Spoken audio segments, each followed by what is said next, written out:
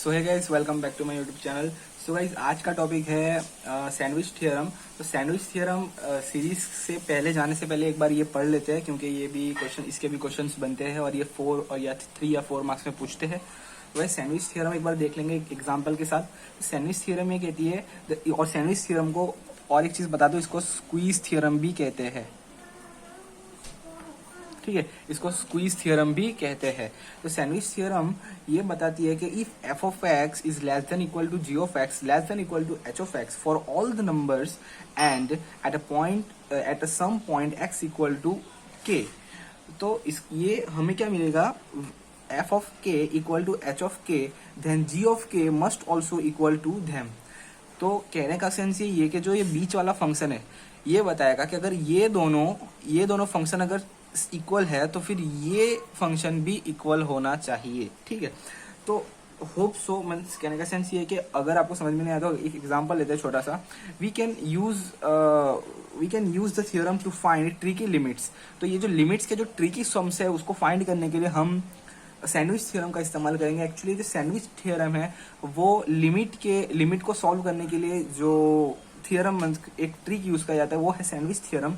तो इसका equation means इसका जो ट्रिक है वो हम सीक्वेंस एंड सीरीज को सॉल्व करने के लिए हम पढ़ेंगे, यूज करेंगे। ठीक है, तो example limit x tends to 0 sine x upon x equal to 1, इसको सॉल्व हम करेंगे। इस प्रकार के जो क्वेश्चंस होते हैं, जो साइन x अपॉन x या तो फिर log x अपॉन x, ऐसी जो मीन्स क्वांटिटीज होती है, ऐसी जो फंक्शन होते हैं उसको सॉल्व करने के लिए हम सैंडविच थ्योरम का इस्तेमाल करेंगे।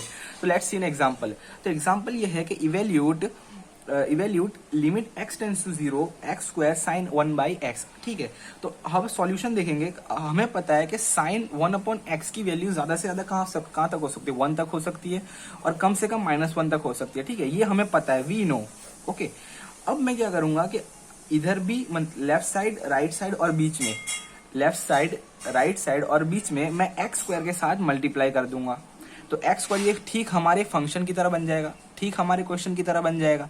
तो सेम माइनस एक्स स्क्वायर और ये जो एक्स स्क्वायर वो इधर आजू बाजू आ जाएगा। ठीक है, अब मैं इसको जी ऑफ एक्स ले लेता हूँ।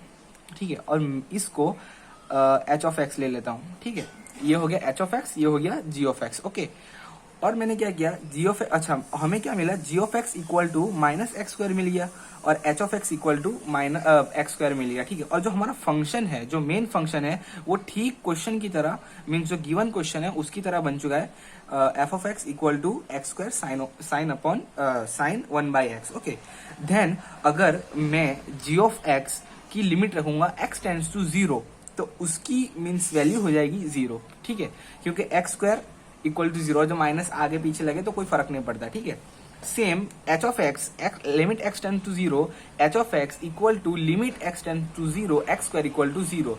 तो इन दोनों रिजल्ट से हम यही कहेंगे, so limit X tend to 0 X square sine 1 by X equal to 0। ठीक है, तो सो होप गाइस आपको सैंडविच थ्योरम को समझ में आ गया होगा। तो आप इस वीडियो को ध्यान से एक बार देख लेगा, आपको सैंडविच थ्योरम समझ में नहीं आया तो सबसे पहले हमने क्या किया, सबसे पहले हमने एक फंक्शन देखा। ठीक है, फंक्शन को जो main, for example sine function मैं ले रहा हूँ, साइन फंक्शन उसका मेन फंक्शन है। तो साइन फंक्शन की हमने रेंज देखी कि ये 1 से -1 तक उसकी जो वैल्यू है वेराई होती है। ठीक है, तो उसके सामने अब जो कोई भी फंक्शन है X square E raise to X कुछ भी हो उसको देखना है और उसको मल्टीप्लाई करना है। ठीक है, अगर जरूर एज नीड पर, अगर यहाँ पे x है तो यहाँ पे आप यहाँ पे x मल्टीप्लाई करें। ठीक है, तो यहाँ पे एक्चुअली मुझे लिख देना चाहिए था कि multiply both side with x square. Okay, तो यहाँ पे माइनस एक्स स्क्वायर आ गया। फिर हमने क्या किया, हमको पता चल गया ये जी ऑफ एक्स है, ये एफ ऑफ एक्स और ये एच ऑफ एक्स है। ठीक है, अब मैं limit X tends to 0 G of X रखूंगा, एच ऑफ एक्स रखूंगा और दोनों इक्वल आएगा।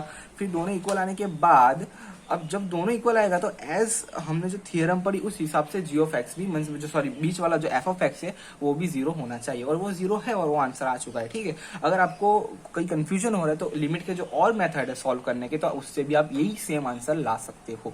तो उसके बाद एक नेक्स्ट टॉपिक ये है, उसके बाद एक छोटा सा नेक्स्ट टॉपिक है, वो है मोनोटोनिक सीक्वेंस। तो मोनोटोनिक सीक्वेंस इंक्रीजिंग और डिक्रीजिंग चीजें बताती है कि ये सीक्वेंस डिक्रीजिंग है और ये सीक्वेंस इंक्रीजिंग है, ठीक है। तो यहाँ पे क्या बता रहा है, a sequence a raise to n n equal to 0 to infinity is said to be monotonic increasing if a raise to n is less than equal to a raise to n plus 1। तो यहाँ पे एक example लिया है मैंने। तो ये जो सीक्वेंस है n स्क्वायर n से 1 से n इक्वल टू 1 से इंफिनिटी तक, तो वो हम कैसे लिखेंगे, 1 1 4 9, ठीक है। तो a रेस टू 2 मतलब जो ये 4 वाला फंक्शन है, मतलब a2 is less then a3, ठीक है।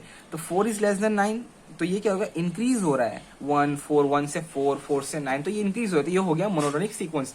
एक्चुअली ये क्वेश्चंस के अंदर हमें डिफाइन, जो फॉर एग्जांपल कोई आपने क्वेश्चन सॉल्व किया, उसके अंदर पूछा है कि भाई बाउंडेड बिलो बाउंडेड अबो बताओ, मोनोटोनिक इक्वेशंस बताओ, ये सारी चीजें हमें डिफाइन करने रहते हैं। तो ये काफी सेल्फ अंडरस्टैंडिंग है, तो आप इसको एक बार पढ़ के भी आप समझ सकते हो। तो same as it is vice versa, जो sequence a raise to n n equal to 1 to infinity is said to be monotonic decreasing in a raise to n greater than equal to a raise to a n plus a n greater than equal to a n plus 1। For example 1 by n एक function दिया हुआ है, वो है ये जो sequence है n equal to 1 से इन्फिनिटी तक जाता है। तो उसको मैं कैसे लेंगे, 1, फिर यहाँ पे n की वैल्यू 2 आ गई, 1/2, फिर यहाँ पे n की वैल्यू 3 हो गई तो 1/3, फिर n की वैल्यू 4 हो गई, 1/4 करते करते ऐसे। तो ये क्या हो रहा है कि ये जो a रेस टू a1 है वो a2 से छोटा है, तो 1 से छोटा है, ठीक है।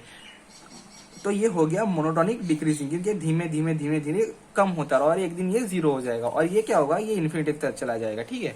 तो ये हो गया मोनोटोनिक इंक्रीजिंग और monotonic decreasing. So guys next video में हम मिलते हैं सीरीज को लेकर, तो सीरीज के बारे में बात करेंगे। तो इस चैनल में बने रहिए। अगर आपने वीडियो आपको अच्छी लगी है तो लाइक करिए, और अगर चैनल में नए हो तो प्लीज गाइस सब्सक्राइब करिए, ताकि हमें भी मोटिवेशन मिलता रहे। Thank you.